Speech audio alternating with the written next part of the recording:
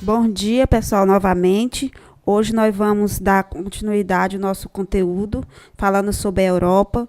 Na última aula nós falamos sobre a Europa, um continente de contraste. E hoje vocês vão rever um pouco do conteúdo no slide e eu vou fazer a correção da atividade do livro, que eu mandei para casa na página 62.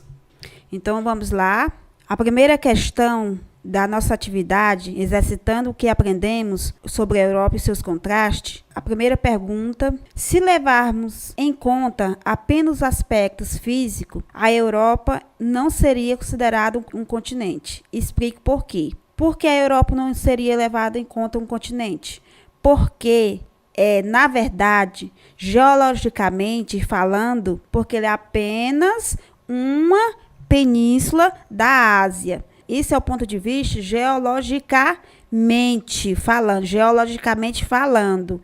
Na segunda questão, fala assim: qual é a localização do continente europeu? Qual é a sua localização do continente europeu? A localização do continente europeu, vocês viram, nós falamos bem no início do slide, sua localização. O continente é atravessado pelo meridiano de Greenwich e ao norte pelo Círculo Polar Ártico, localiza-se totalmente no hemisfério norte e possui terras nos hemisférios ocidental e oriental. Encontra-se na zona temperada norte e na zona polar ártica e é banhada pelo Oceano Atlântico e o Glacial Ártico. Essa é a localização do continente europeu. Na terceira pergunta, está pedindo para você marcar os rios. Os rios da Europa que tiveram muita importância na ocupação desse continente, bem como para o seu desenvolvimento, visto que muitos desses rios são navegáveis. Os maiores rios da Europa são, logo no início, pessoal, nós vimos aí que é o Volga, o Danúbio e o Reno. E na quarta questão, está referindo ao relevo. Tem os maciços antigos, as planícies centrais, as cordilheiras recentes. Então, é para fazer a numeração dessa da quarta questão. Então, a numeração correta ficaria 3, 1 e 2. A alternativa correta é a letra D. Na quinta questão, está perguntando qual o clima predominante do continente europeu, em que áreas eles se apresentam mais quentes e mais frios. Então, o clima predominante é o clima temperado, sendo mais quente na parte meridional, ao sul do continente, e o mais frio ao norte, na parte central e nas áreas de elevada altitude. Na sexta questão, quais são os principais aspectos que influenciam a formação das paisagens europeias?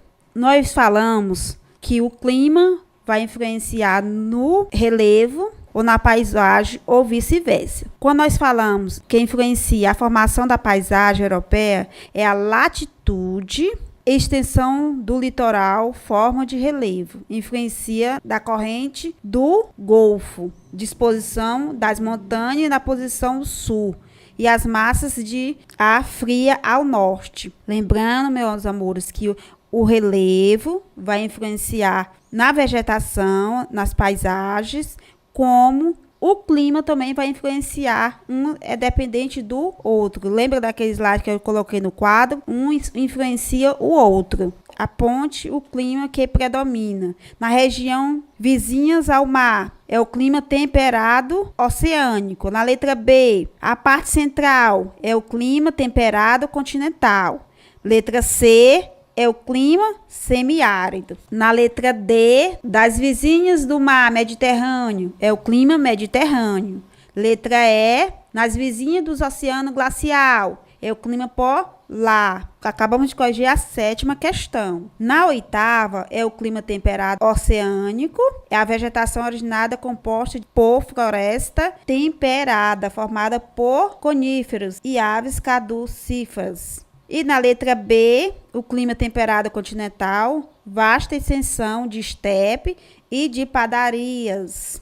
Letra C, isso nós estamos corrigindo a 8ª questão, meus amores. Na letra C, o clima semiárido é os estepes, em predominância as plantas rasteiras. Letra D, o clima mediterrâneo, arbustiva, composta por deusas. E a letra E, clima polar, o que predomina lá, né, polar, é a tundra e a floresta boreal. Na 9ª questão, meus amores, está perguntando de acordo com o texto das indústrias de muitos países. Vocês prestem atenção que a tia só está corrigindo a atividade que vocês já realizaram. Vocês podem voltar, vocês podem dar pausa para fazer a correção, mas eu quero que corrija. No retorno das aulas, eu vou verificar os livros. Na 9ª questão, cite algumas delas. Está falando para citar os problemas ambientais. Os problemas ambientais que nós encontramos no continente europeu é a chuva ácida, a desertificação, a exploração de recursos pesqueiros, os resíduos nucleares e a destruição da vegetação nativa. A 10ª questão está perguntando, explique por que o continente europeu será o único do mundo cuja população irá diminuir. Isso ocorrerá, meus amores, isso vai ocorrer para essa população diminuir por causa de diminuição cada vez maior da taxa de natalidade, que eu havia falado para vocês, que o continente europeu, a taxa de natalidade desse continente ela é muito baixa, e do aumento da expectativa de vida, situada em 78 anos. Então, a expectativa de vida da população europeia é 78 anos. 11ª, como é que se divide o continente europeu? Divide-se em Europa Ocidental, onde prevalece os países capitalistas, e Europa Oriental, onde prevalece os países socialistas. Então, é Europa Ocidental, capitalista. Europa Oriental, países socialistas. Da 12ª questão, está perguntando sobre os fluxos migratórios na Europa. Xenofobismo é o resultado da insatisfação de certos grupos que se sentem ameaçados pelos estrangeiros, que entram no país e os acusam de lhe roubar as oportunidades de emprego. Na 13ª, nós estamos perguntando as principais contrastes relativos à população. A Europa é um continente bastante populoso e o mais densamente povoado. Nós já falamos o que é quando um continente é povoado, falamos também em país, quando é povoado, e país que é populoso.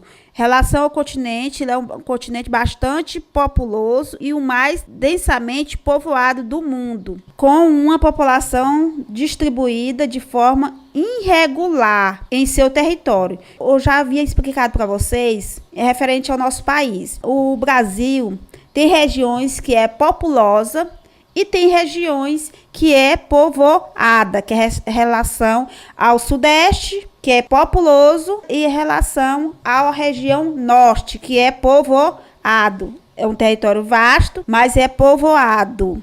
E a 14ª, a última questão, o texto traz a lembrança de vários episódios de morte e agressão, pessoas refugiadas. Então, essa foi a nossa atividade, que foi a tarefinha de casa na última aula que nós vimos. Então, eu vou colocar o slide novamente e logo em seguida tem a correção da tarefa. E até a próxima aula.